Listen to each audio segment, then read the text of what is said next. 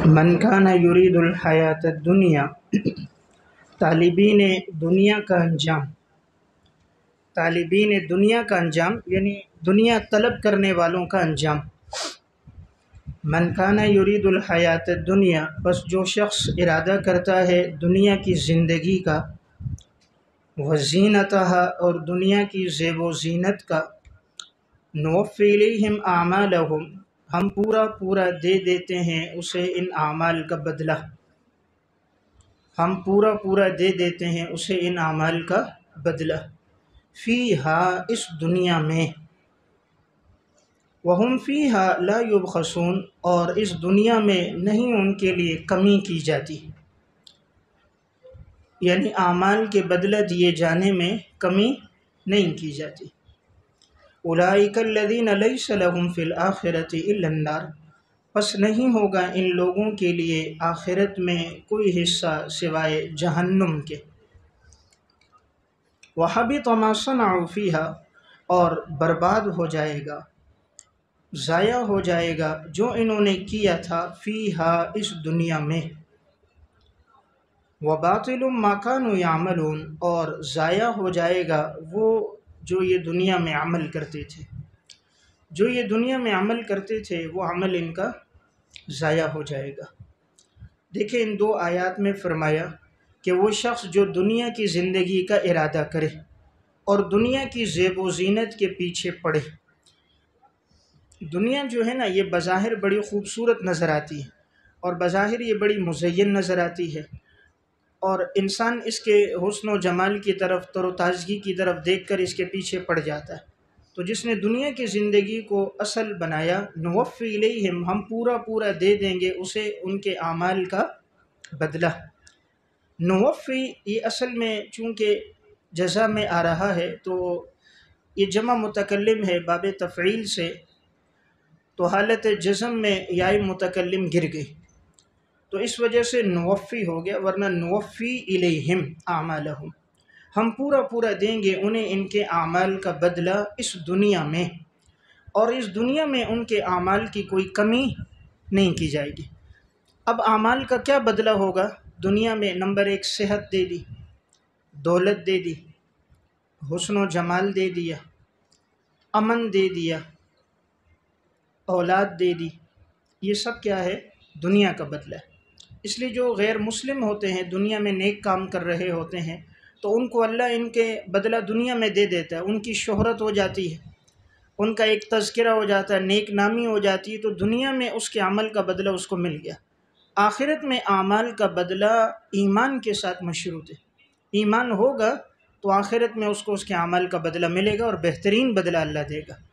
تو اللہ تعالیٰ ایسے لوگوں کو دنیا میں ہی دے دیتا ہے، اور لا یبخسون، اس میں اللہ کوئی کمی نہیں کرتا، یعنی جتنا کام کیا انہوں نے، عمل کیا، اتنا اللہ ان کو بدلہ دے دیتا ہے۔ وہ یا رزق میں فراوانی ہو جاتی ہے، دولت بڑھ جاتی ہے، اولاد مل جاتی ہے، شہرت ہو جاتی ہے، زیب و زینت مل جاتی ہے، دنیا میں یہ سب چیزیں، لیکن نہیں ہوگا ان کے لیے آخرت میں کوئی حصہ سوائے جہنم کے۔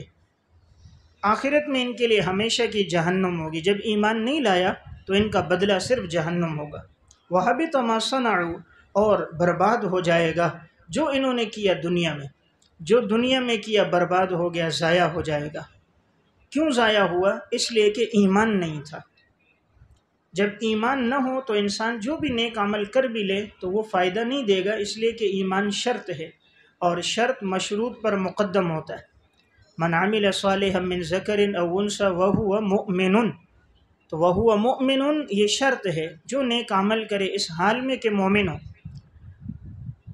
اور اسی طرح وَمَن يَعْمَلْ مِنَ الصَّالِحَاتِ مِن ذَكَرٍ أَوْ أُنثىٰ وَهُوَ مُؤْمِنٌ میں یہ یعمل میں ضمیر ذوالحال ہے، وَهُوَ مُؤْمِنٌ یہ حال ہے، اور حال ذوالحال کے لیے قید ہوتا ہے، حال ذوالحال کے لیے قید ہوتا ہے، تو اعمال کے لیے ایمان قید ہے، ایمان ہوگا تو عمل فائدہ دے گا ورنہ نہیں دے گا۔ اس کی مثال یوں ہے، دیکھیں ایمان ہے عدد، اگر عدد نہ ہو آپ جتنے صفر لگاتے رہو وہ صفر ہی رہے گا۔ ایک کا عدد نہ لگاؤ، پورا صفحہ بھر دو، پوری کاپی بھر دو، صفر لگا کر کیا رہے گا؟ صفر رہے گا۔ لیکن اگر ایک کا عدد ہوگا اور ایک صفر لگے گا تو 10، 2 لگ گئے، 100، 3 لگ گئے، 1000۔ تو معلوم ہوا اصل چیز عدد ہے. تو اصل چیز عدد ہے ایمان. ایمان اگر ہوگا عدد، پھر انسان عمل کرے گا تو بڑھتا جائے گا. اور اگر ایمان نہیں ہے، 1000 صفر بھی لگ جائیں تو وہ صفر ہی ہوں گے. پھر دیکھیں عدد کے اگر دائیں طرف صفر لگتا ہے نا تو وہ 10 ہے، اور دائیں طرف دوسرا صفر لگتا ہے تو 100 ہے. لیکن اگر عدد کے بائیں طرف لگے، ادھر عدد ہے اور ادھر لگ جائے، ادھر لگتے جائے، تو وہ کیا رہے گا؟ ایک ہی رہے گا نا. عدد کے بائیں طرف صفر لگے وہ ایک ہی رہے گا، دائیں طرف لگیں گے تو وہ بڑھے گا. تو معلوم ہوا ایمان بھی ہو اور عمل اس طرح ہو کہ جیسے آپ صلی اللہ علیہ وسلم نے بتایا، حضور کے طریقے کے مطابق ہو. ایمان ہے حضور کے طریقے پہ نہیں کر رہا، اپنی مرضی سے کر رہا ہے، تو اس عمل کا ثواب نہیں ملے گا. وہ ایمان کا ثواب تو ہوگا ایک، باقی عمل کا ثواب نہیں ہوگا. عمل کا ثواب تب ہوگا جب اس طریقے کے مطابق ہوگا، اور طریقہ یہی ہے کہ صفر دائیں طرف لگے.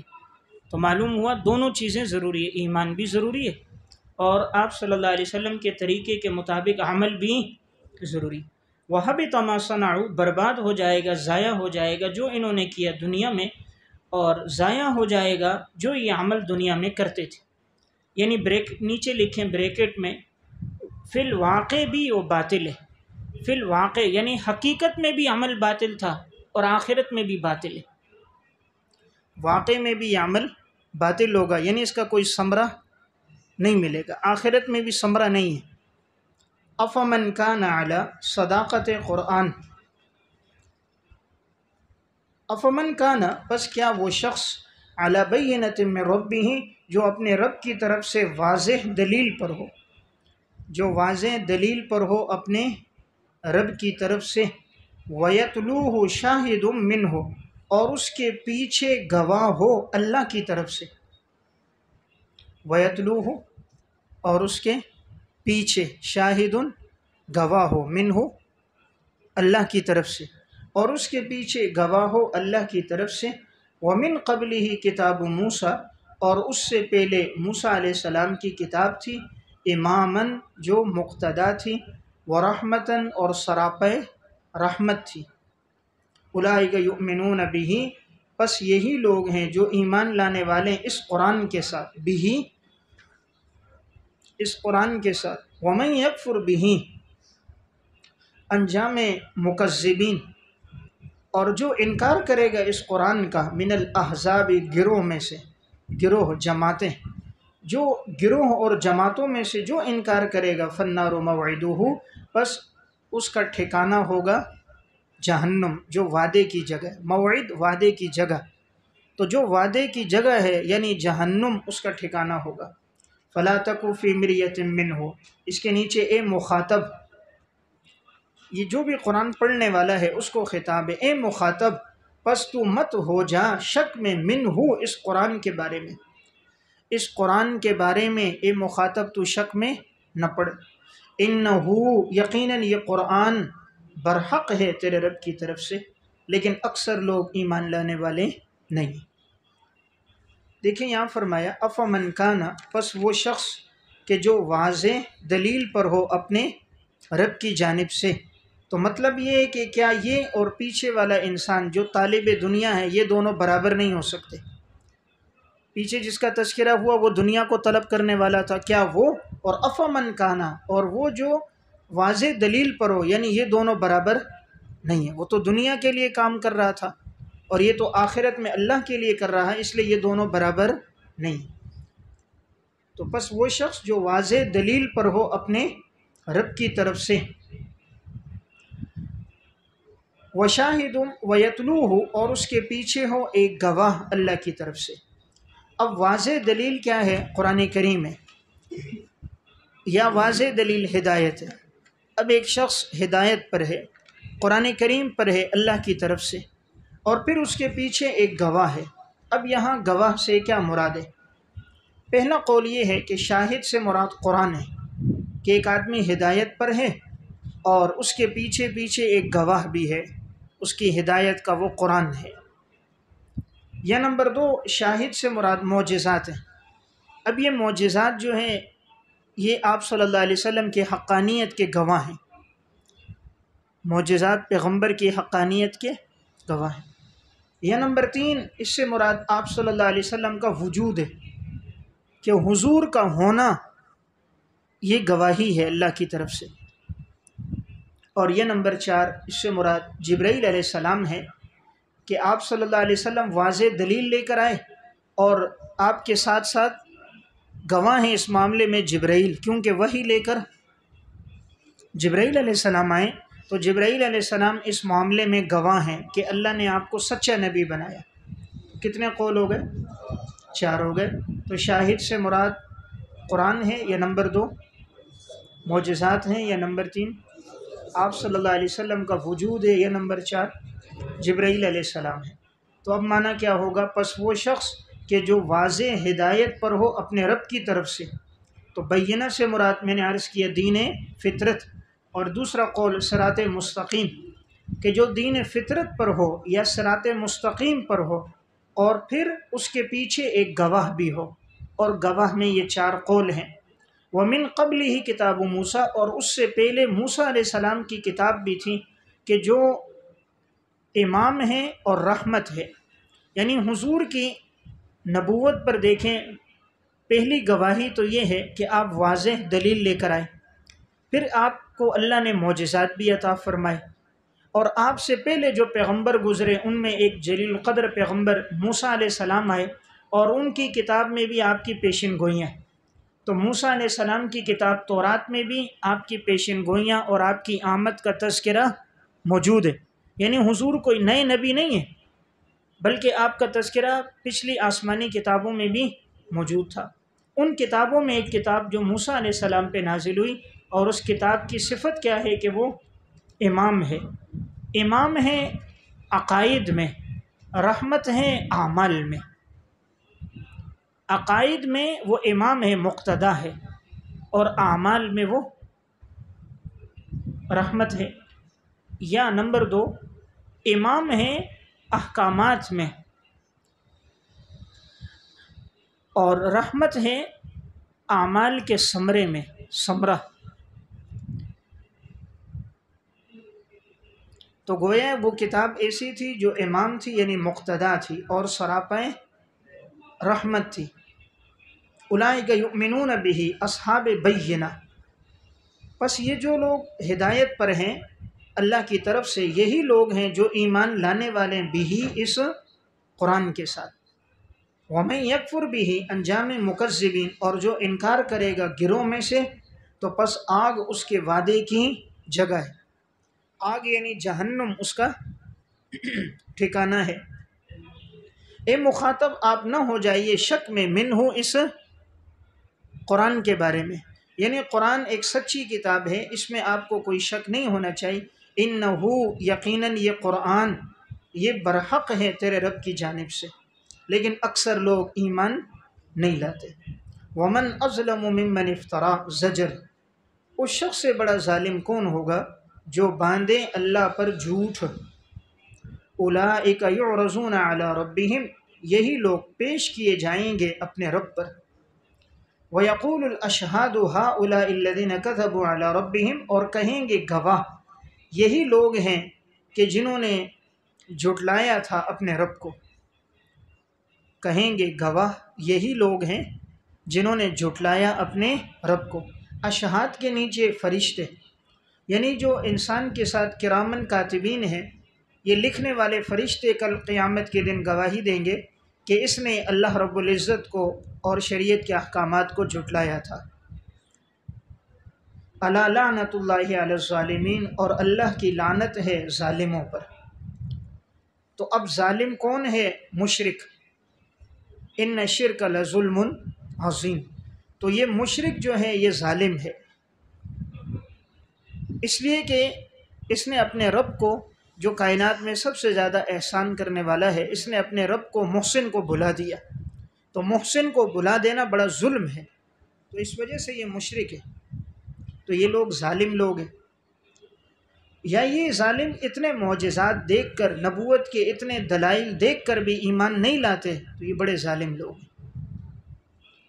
الذین یصدون عن سبیل اللہ، علامات ظالمین۔ علامات ظالمین یعنی ظالموں کی نشانیاں کیا ہیں؟ نمبر ایک، وہ روکتے ہیں اللہ کے راستے سے، یعنی ہدایت کے راستے سے روکتے ہیں اور لوگوں کو گمراہی کی دعوت دیتے ہیں۔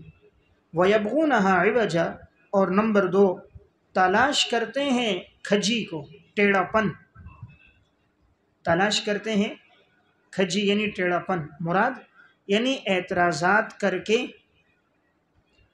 اسلام کو ٹیڑھا ثابت کرنے کی کوشش کرتے ہیں، اعتراضات کر کے اسلام اور دین کو ٹیڑھا ثابت کرنے کی کوشش کرتے ہیں، یعنی ان کا مقصد ہوتا ہے کہ اسلام پر اعتراضات کر کے تاکہ یہ ظاہر کیا جائے معاذ اللہ یہ کوئی کامل دین نہیں ہے، اس میں یہ کمی کوتاہیاں اور خامیاں موجود ہیں۔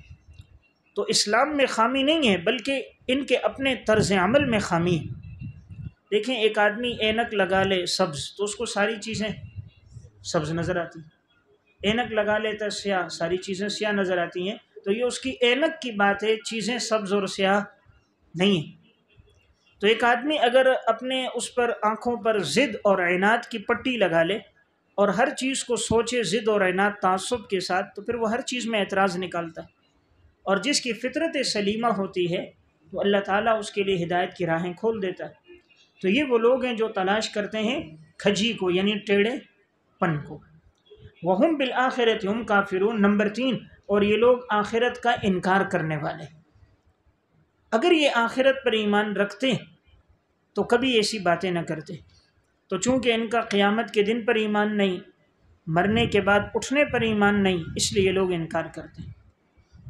اولئک لم یکونوا، ارشاد خداوندی، پس نہیں تھے یہ لوگ، پس نہ تھے یہ لوگ معجزین فی الارض، کہ یہ عاجز کرنے والے ہوں زمین میں، نہ تھے یہ لوگ کہ یہ عاجز کرنے والے ہوں زمین میں۔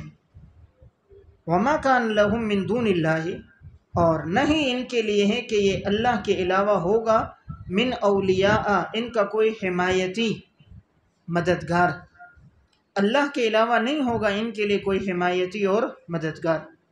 یضاعف لہم العذاب، دگنا دیا جائے گا انہیں عذاب۔ ما کانوا یستطیعون السمع، پس نہیں تھے وہ کہ وہ طاقت رکھیں سننے کی، بریکٹ میں حق کو سننے کی۔ وما کانوا یبصرون، اور نہیں تھے وہ دیکھنے والے حق کو دیکھنے والے وہ نہیں تھے۔ دیکھیں اس آیت میں اللہ رب العزت نے فرمایا نہیں تھے یہ لوگ عاجز کرنے والے زمین میں، اللہ کو معجزین کے نیچے بریکٹ میں لکھیں، کہیں چھپ کر اللہ کو عاجز کرنے والے نہیں تھے، یعنی انسان کہیں گناہ کرے چھپ جائے، اللہ سے پوشیدہ ہو جائے، اللہ کی گرفت سے نکل جائے کہ اللہ اس کو عذاب نہ دے سکے، ایسا نہیں ہے۔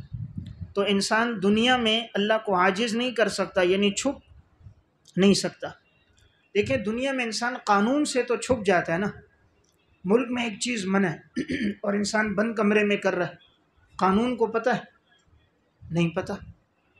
رشوت لینے والا بند کمرے میں ٹیبل کے نیچے سے رشوت لے رہا ہے، چائے پانی لے رہا ہے، قانون کو پتہ ہے؟ نہیں پتہ۔ لیکن اللہ فرماتا ہے کہ تم میں کوئی زمین میں اللہ کو عاجز کرنے والا نہیں، یعنی کوئی چھپ کر گناہ کرے اور اللہ کو پتہ نہ ہو، ایسا نہیں۔ اور نہیں ہوگا تمہارے لیے اللہ کے عذاب سے کوئی بچانے والا، اولیاء، کوئی حمایتی اور مددگار۔ یہاں بریکٹ میں لکھیں جو تمہیں گرفتاری کے بعد چھڑا دے، جو تمہیں گرفتاری کے بعد چھڑا دے، یعنی اللہ اگر تمہیں عذاب میں مبتلا کرے تو نہیں ہے کوئی تمہارا ایسا مددگار جو تمہیں اللہ کے عذاب سے چھڑا دے۔ دیکھیں دنیا میں قانون پکڑتا ہے اور اوپر سے فون آ جاتا ہے یہ ہمارا بندہ ہے اس کو چھوڑ دو، پولیس والے چھوڑ دیتے ہیں، اوپر سے D S P, D I G, governor کا فون آ گیا یہ تو ہمارا ہے، چھوڑ دیا۔ لیکن اللہ جب پکڑے گا تو کوئی چھڑانے والا نہیں ہوگا، تو نہیں ہوگا کوئی حمایتی اور مددگار۔ یضاعف لہم العذاب، انہیں دیا جائے گا ڈبل عذاب۔ ڈبل کیوں دیا جائے گا؟ اللہ کا قانون تو عدل پر ہوتا ہے۔ جواب یہ ہے کہ ایک عذاب ہوگا ان کے اپنے گمراہ ہونے کا، دوسرا عذاب ہوگا لوگوں کو گمراہ کرنے کا۔ لوگوں کو حق سے روکنے کا، شریعت میں کھجی تلاش کرنے کا، اس لیے اللہ ان کو دوہرا عذاب دے گا، یعنی خود بھی گمراہ تھے اور دوسروں کو بھی گمراہ کرتے تھے۔ ما کانوا یستطیعون السمع، نہیں وہ طاقت رکھتے حق کو سننے کی، بریکٹ میں نفرت کی وجہ سے، نفرت کی وجہ سے حق کو سننے کی طاقت نہیں رکھتے۔ دیکھیں کان تو تھے، لیکن کان اللہ نے اس مقصد کے لیے دیے کہ حق کو سنیں، تو ان کے دل میں نفرت تھی تو یہ حق کو سنتے نہیں تھے، سنتے نہیں تھے، کنایا ہے عمل نہیں کرتے تھے، سنتے تو تھے لیکن عمل نہیں کرتے تھے۔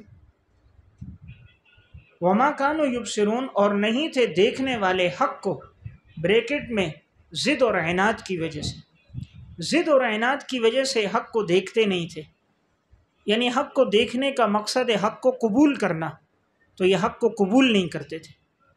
دیکھ تو رہے، اب دیکھیں ایک طالب علم حاضر ہے کلاس میں، استاد کو دیکھ رہا ہے لیکن توجہ کہیں اور ہے، کان یہاں لگے ہیں لیکن سوچ رہا کچھ اور ہے، تو اس کو نفع نہیں ہوتا۔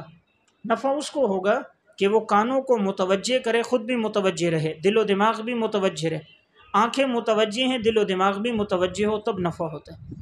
لیکن اگر دل و دماغ متوجہ نہ ہو، بھلے کان اور آنکھ اور جسم موجود ہو، وہ نفع نہیں دیتے۔ تو اس لیے کہا ان کے پاس کان تھے لیکن یہ لوگ حق کو سنتے نہیں تھے عناد کی وجہ سے۔ اولئک الذین خسروا، انجام، بس یہی وہ لوگ ہیں جنہوں نے اپنے نفسوں کو خسارے میں ڈال دیا، گھاٹے میں ڈال دیا۔ خسارہ کیا ہے؟ خسارہ یہ ہے ان کا کہ ان کی آخرت برباد ہو گئی، ہمیشہ ہمیشہ کی زندگی ان کی ضائع ہو گئی۔ تو انہوں نے کسی اور کا نقصان نہیں کیا، انفسہم، نقصان اپنا کیا، کسی اور کا نقصان نہیں کیا، ہدایت پر نہیں چلے، اپنا نقصان ہے۔ تو انسان کسی اور کا نقصان نہیں کرتا، ایک آدھ طالب علم نہیں پڑھتا تو وہ استاذ اور ادارے کا نقصان نہیں کر رہا بلکہ اپنا نقصان کر رہا ہے۔ تو انہوں نے اپنا نقصان کیا، وَضَلَّ عَنْهُمْ، اور غائب ہو جائیں گے، گم ہو جائیں گے ان سے، مَا كَانُوا يَفْتَرُونَ، جو یہ بہتان باندھتے تھے، جو بہتان باندھتے تھے وہ گم ہو جائیں گے، بریکٹ میں یعنی ان کے معبودان باطلہ ان کے کام نہیں آئیں گے، یعنی ان کے معبودان باطلہ ان کے کام نہیں آئیں گے۔ دیکھیں معبود تو وہ ہوتا ہے جو مشکل میں کام آئے، اب جب قیامت کا دن ہوگا، مشکل مرحلہ آئے گا تو ان کے وہ معبودان گم ہو جائیں گے، یعنی نظر نہیں آئیں گے۔ یہ کنایا کس سے ہے؟ وہ ان کو نفع نہیں دے سکیں گے، تو کام تب آئیں جب نفع پہنچا سکے، وہ ان کو کوئی نفع نہیں دے سکیں گے۔ لا جرم انہم فی الآخرہ، یقینی بات ہے، لا جرم یقینی بات ہے، ترجمہ یقینی بات ہے، انہم فی الآخرۃ ہم الاخسرون، کہ یہی لوگ آخرت میں نہایت خسارے والے ہوں گے، نہایت یعنی سب سے زیادہ خسارہ اٹھانے والے ہوں گے۔ یقینی بات ہے کہ یہی لوگ آخرت میں سب سے زیادہ خسارہ اٹھانے والے ہوں گے۔ اخسرون یہ باب سمعہ سے اس میں تفضیل ہے، جمع مذکر سالم، باب سمعہ سے اس میں تفضیل ہے، جمع مذکر سالم، تو اس لیے میں نے ترجمہ عرض کیا کہ یہی لوگ آخرت میں سب سے زیادہ خسارہ اٹھانے والے ہوں گے۔ خسارہ کس طرح؟ دیکھیں دنیا میں خسارہ کہتے ہیں نا کہ ایک انسان کو نفع نہیں ہوا، کہتے ہیں تجارت میں خسارہ ہو گیا، اور ڈبل خسارہ کیا ہوتا ہے؟ نفع بھی نہ ہو اور اصل سرمایہ بھی ضائع ہو جائے، اصل مال بھی چلا جائے، نفع بھی نہ ہو، تو یہ ڈبل خسارہ ہوتا ہے۔ تو ان کا ڈبل خسارہ کہ انہوں نے جو کام کیا بھی ہوگا اس کا بھی کوئی بدلہ نہیں، اور ایمان بھی نہیں لایا، تو ہمیشہ ہمیشہ کے لیے جہنم ہوگی، یہ سب سے بڑا خسارہ ہے۔ دنیا میں نفع نہ ملے، مال ہاتھ سے چلا جائے، دوبارہ ملنے کی امید ہے، لیکن آخرت سے دوبارہ لوٹنے کی کوئی امید اور ایمان قبول کرنے کی کوئی امید نہیں ہے، اس لیے کہ وہ دار الجزا ہے، دار الامتحان نہیں۔ ان الذین آمنوا وعملوا الصالحات، بشارت، پہلے تذکرہ تھا کفار کا اور ان کے انجام کا، اب ان کی ضد مومنین کا اور ان کے بہتر بدلے کا تذکرہ ہے۔ یقیناً وہ لوگ جو ایمان لے کر آئے اور نیک اعمال کیے، معلوم ہوا ایمان کے ساتھ عمل صالح نہایت ضروری ہے۔ وَأَخْبَتُوا إِلَىٰ رَبِّهِمْ، اور عاجزی کی اپنے رب کی طرف، عاجزی کی، جھک گئے اپنے رب کی طرف جھکے۔ اولئک اصحاب الجنہ ثمرہ، یہی لوگ جنتی لوگ ہیں، ہم فیہا خالدون، اور یہ جنت میں رہیں گے ہمیشہ۔ مثل الفریقین کالاعمی، تفاوت انجام کے بعد تفاوت احوال کا بیان، تفاوت انجام کے بعد تفاوت احوال کا بیان۔ پہلے تو انجام کا تذکرہ تھا کہ یہ کفار جہنم میں ہوں گے، مومنین جنت میں ہوں گے، اب ان کی حالت کا بیان ہے۔ مثل الفریقین، مثال دو فریقوں کی، نیچے مومن اور کافر، مومن اور کافر، کالاعمی والاصم، جس طرح کے اندھا ہو اور بہرا ہو، اس کے نیچے کافر، تو کافر بمنزل اندھا ہے اور کافر بمنزل بہرا ہے۔ والبصیر والسمیع، اور مثال ہے اس کی مانند دیکھنے والے کی اور سننے والے کی، نیچے مومن۔ هل یستویان مثلا، کیا یہ دونوں برابر ہو سکتے ہیں حالت میں؟ حالت میں یہ دونوں برابر ہو سکتے ہیں، یعنی بینا اور نابینا، اور بہرا اور سننے والا۔ افلا تذکرون، کیا تم لوگ نصیحت حاصل نہیں کرتے؟ یعنی اتنی بدیہی اور واضح بات تمہیں سمجھ میں نہیں آتی؟ تو دیکھیں یہاں اللہ تعالیٰ نے کافر کو تشبیہ دی ہے اندھے اور بہرے کے ساتھ، لیکن کافر کا ذکر نہیں ہے۔ تو کافر ہے مشبہ، اور اندھا اور بہرا کیا ہے؟ مشبہ بھی ہے، اور کاف حرف تشبیہ ہے، لیکن وجہ تشبیہ یہاں بیان نہیں ہوئی، سمجھ رہے؟ مشبہ ہے کافر، مشبہ بھی ہے اندھا اور بہرا، اور کاف ہے حرف تشبیہ، لیکن وجہ تشبیہ کا تذکرہ نہیں ہے۔ یہ فصیح جب تشبیہ ہوتی ہے نا تو اس میں وجہ تشبیہ کو حذف کر دیتے ہیں۔ جب تشبیہ کی اعلیٰ قسم کے اندر وجہ تشبیہ کا ذکر نہیں ہوتا، اور یہ حذف مبالغے کے لیے ہوتا ہے۔ آپ کہتے ہو زید کالاسد، زید شیر کی طرح، اب بہادری میں تو وجہ تشبیہ نہیں ذکر کر رہے، یعنی ہے نے شیر کی طرح، اتنا بہادر ہے جیسا شیر، تو وجہ تشبیہ کا حذف ہوتا ہے مبالغے کے لیے۔ تو یعنی یہ لوگ کافر اس طرح جیسے اندھا ہے۔ اب وجہ تشبیہ کیا ہے؟ جیسے اندھے کو راستہ نظر نہیں آتا، بہرا سن نہیں سکتا، اسی طرح ان کی آنکھیں ہیں لیکن عدم انتفاع، یہ آنکھوں سے نفع نہیں لے رہے، ہدایت کو نہیں دیکھ رہے، کانوں سے ہدایت کی بات سن کر عمل نہیں کر رہے، تو وجہ تشبیہ عدم انتفاع، جیسے نابینا آنکھوں سے نفع نہیں لے سکتا، بہرا کانوں سے نفع نہیں لے سکتا۔ پھر آگے مومن کو تشبیہ دی ہے دیکھنے اور سننے والے کے ساتھ، تو مومن مشبہ ہے اور دیکھنا اور سننا مشبہ بھی ہے، اور وجہ تشبیہ انتفاع، فائدہ حاصل کرنا، کہ مومن دیکھتا ہے آنکھوں سے حق کی بات کو، سنتا ہے ہدایت کی بات کو اور عمل کرتا ہے۔ تو هل یستویان مثلا، کیا یہ دونوں برابر ہو سکتے ہیں؟ یعنی یہ برابر نہیں ہے۔ کیا تم نصیحت حاصل نہیں کرتے؟ یعنی اتنی بدیہی بات ہے، تو ان دونوں میں بڑا فرق ہے۔ یستویانی، یہ باب افتعال سے فعل مضارع تثنیہ کا صیغہ ہے، باب افتعال سے فعل مضارع تثنیہ کا صیغہ ہے۔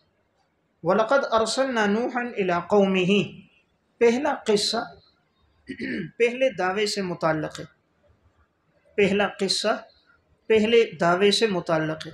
پہلا دعویٰ گزرا تھا سورت کے شروع میں کہ تم صرف عبادت کرو اللہ کی، اور اللہ کے علاوہ کسی اور کی عبادت نہ کرو۔ پہلا دعویٰ تھا نا، اللہ تعبدوا الا اللہ اننی لکم منہ نذیر و بشیر، تو یہ پہلے دعوے سے متعلق ہے۔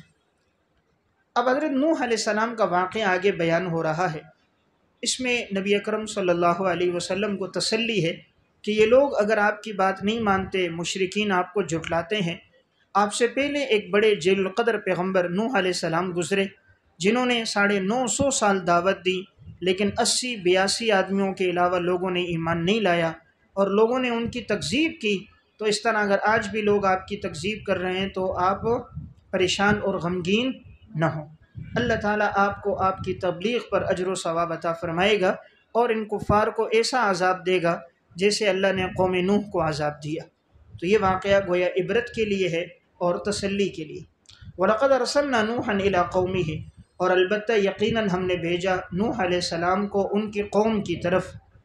انی، اس سے پہلے فقال معذوف ہے، فقال نوح علیہ السلام نے کہا انی لکم نذیر مبین، یقیناً میں تمہیں ڈرانے والا ہوں واضح، یقیناً میں تمہیں واضح طور پر ڈرانے والا ہوں۔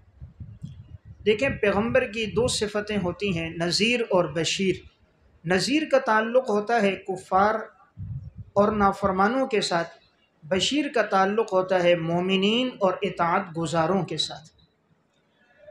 تو میں تمہیں ڈرانے والا ہوں یعنی اللہ کے عذاب سے، اگر تم ایمان نہیں لاؤ گے تو جہنم کا عذاب بڑا سخت عذاب ہے۔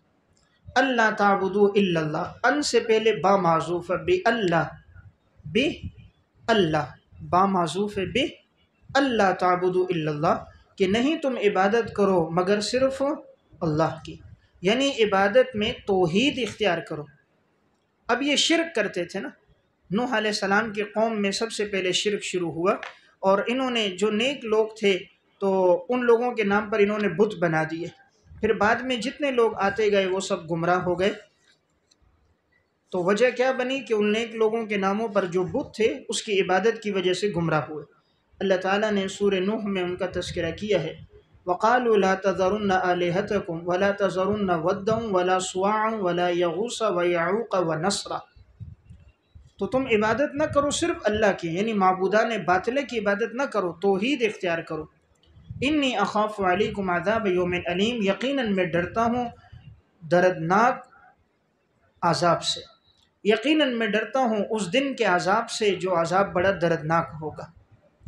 اخافو کے نیچے تفصیل انذار، تفصیل انذار، اوپر بات تھی نا کہ میں نذیر ہوں، تو یہ نذیر کی وضاحت کیا ہے کہ میں تمہیں ڈرا رہا ہوں ایسے دن کے عذاب سے جو عذاب ہوگا بڑا دردناک، یعنی کوئی معمولی عذاب نہیں ہے کہ تھپڑ دو تھپڑ ماری چھوڑ دیا، وہ ایسا عذاب ہوگا جو بڑا دردناک ہوگا۔ فقال الملأ الذین کفروا عناد قوم، پس کہا سرداروں نے جنہوں نے کفر کیا تھا نوح علیہ السلام کی قوم میں سے، ما نراک الا بشرا مثلنا، اعتراض نمبر 1، ہم نہیں دیکھتے آپ کو مگر بشر اپنی طرح، مگر بشر اپنی طرح۔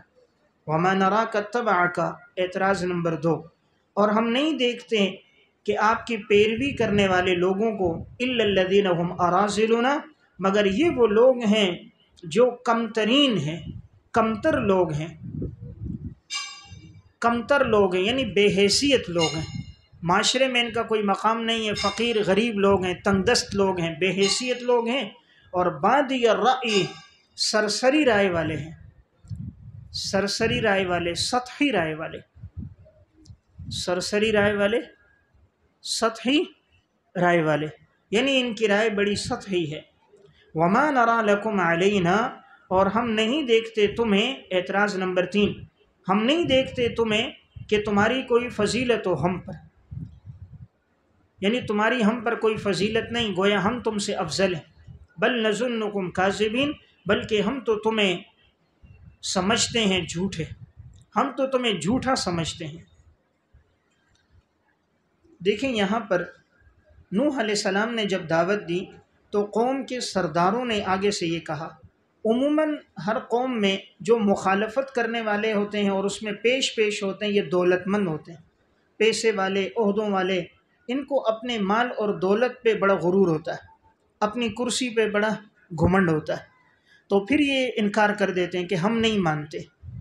تو ان مالداروں نے بھی یہی کہا، تو فقال الملأ، کہا سرداروں نے ان کی قوم میں سے جنہوں نے کفر کیا تھا، پہلا اعتراض یہ کیا، ہم تو آپ کو نہیں دیکھتے مگر آپ ہماری طرح بشر ہو، یعنی گویا ان کا خیال تھا پیغمبر جو ہونا چاہیے وہ تو فرشتہ ہونا چاہیے، آپ تو فرشتے نہیں ہو، ہماری طرح انسان ہو، انسان کیسے پیغمبر بن سکتا ہے؟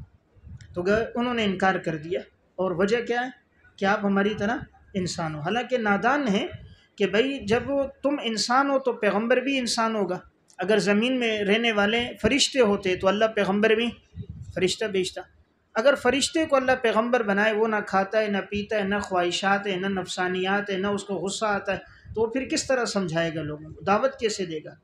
اگر وہ اپنی اصلی حالت میں آئے گا تو تمہیں نظر نہیں آئے گا، اور انسانی صورت میں ہوگا پھر تم کہو گے یہ تو بشر ہے، یہ بشر ہے، تو تیسری کوئی حالت نہیں۔ تو انہوں نے کہا یہ تو ہماری طرح بشر ہے، ہم اسے نہیں مانتے۔ وما نراک اتبعک، اور ہم نہیں دیکھتے آپ کو کہ آپ کی پیروی کرنے والے لوگ ہوں، مگر اراذلنا، مگر کم ترین لوگ ہیں، ہم میں کمتر لوگ ہیں۔